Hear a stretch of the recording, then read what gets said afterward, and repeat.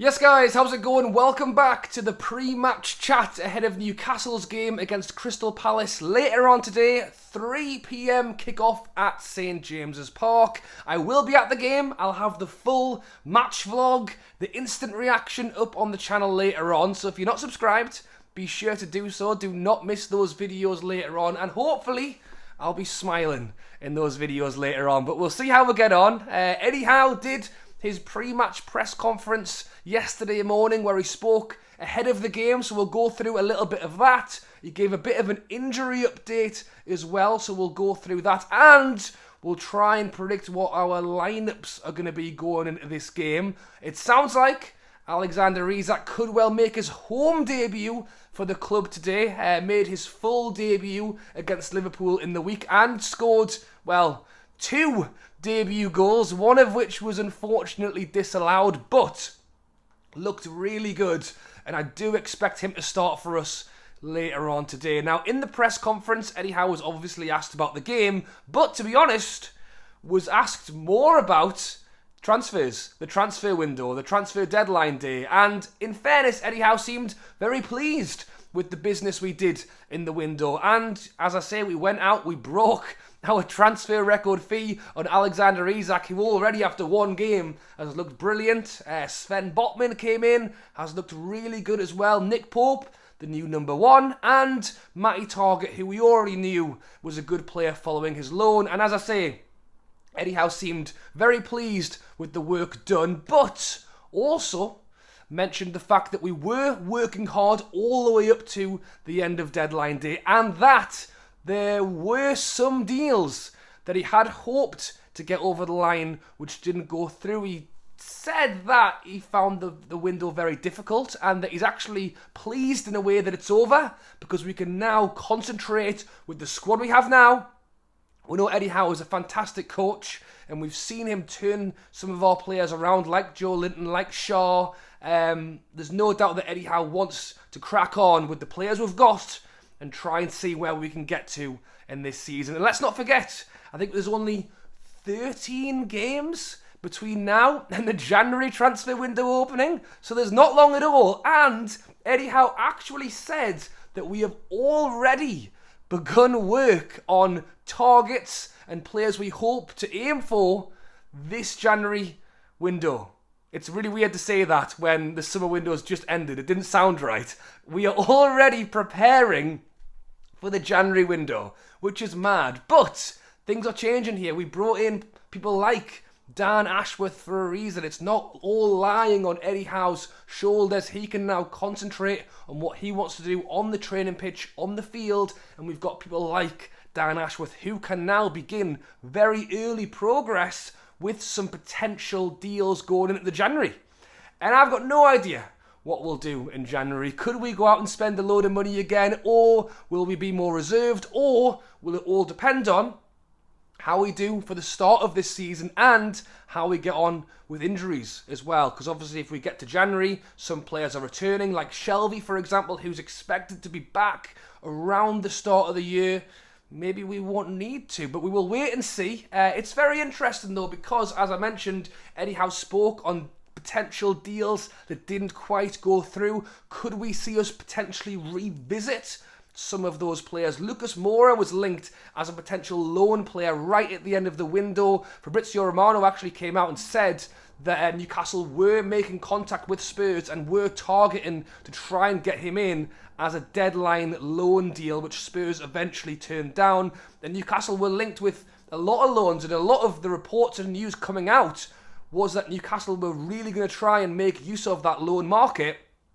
We didn't actually bring anybody in on loan in the end, and it was a difficult window because it was so much. You can only buy him as long as we have a replacement, and there was so much of that. If we can start working on stuff now with Dan Ashworth, maybe we could be in the front row seats for some of these players in January, and I would not be surprised if João Pedro is a player we could potentially look at again in the January. It seemed like a player that Eddie Howe was very, very keen on, and even after we brought in Alexander Isak, it seemed like it was someone we were still very interested in. So it'll be very exciting to see what happens in January, but as I said, and as Eddie Howe has said, The work starts now on the pitch, and it continues today against Crystal Palace at home at St James's Park. Now, let's not forget, they gave us a very good game at St James's Park last season. Miggy scored his wonder goal, a fantastic goal, as I say, and Crystal Palace are always a team who works hard.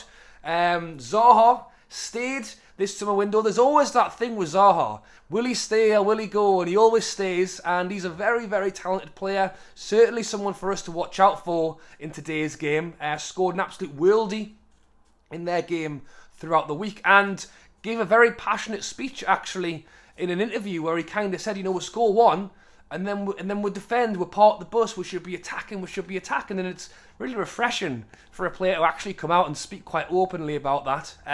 Patrick Vieira did his pre-match press conference as well, where he actually said some quite good things about Newcastle, saying that we're becoming a very good side, and obviously with the transfers coming in have looked great. He also complimented the city and the club itself, so thank you very much, Patrick, it's very kind, and I think he's doing a great job at Crystal Palace. Obviously, it's going to be a tough game for him coming up to St James's Park, and I'm hoping we make it a tough game for them. As I say, I don't want to talk about the Liverpool game too much because it's still a little bit sore after their last-minute goal, and generally, throughout the whole Premier League, in my opinion, poor refereeing. But we won't talk about that. We're going to have a good game today. It's going to be a tough, but hopefully a good game, and hopefully 3 points for Newcastle.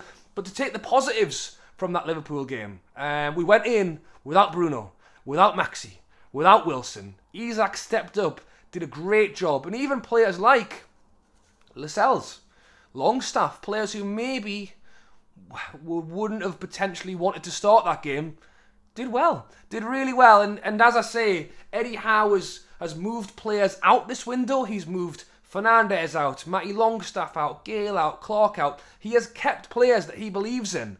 And for him to start Lascelles and Longstaff and to see them play that way when we had so many key players out was really good to see. Now, it'll be very interesting to see how we do start the game later on today. Eddie Howe did give a little update on injuries, effectively saying that Maxi is close to return and is going to be in for a late fitness test. Bruno is also close to returning, but he sounded a little less confident in that one and said that Callum Wilson is just not quite ready yet. Eddie Howe is not going to come out in his press conference and go, yep, Maxi's playing, Bruno's playing, because why would he? He's going to hold it all in until the team sheets are released. He's not going to want to give Vieira and Crystal Palace any extra knowledge than they need. So could we see one of them start? Maybe. I could potentially see Maxi starting, but not Bruno. But we will have to wait and see what the lineup is. In terms of the lineup, as I mentioned, Lascelles did a great job. But I expect us to go back to Trippier, Shaw, Botman, Target. At the end of the Liverpool game, there was players absolutely knackered, and that's why we need to use the squad. 3 games in a week we're on right now. This is the 3rd game.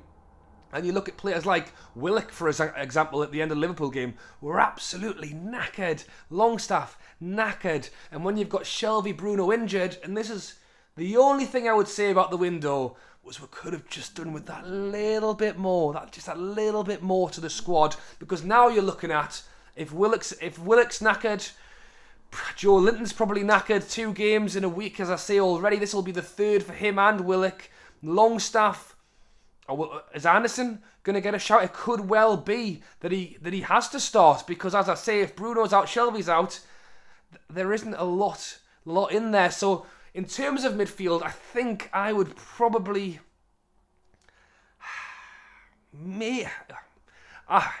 if everyone was fully fit, it would probably be the players who played against Liverpool.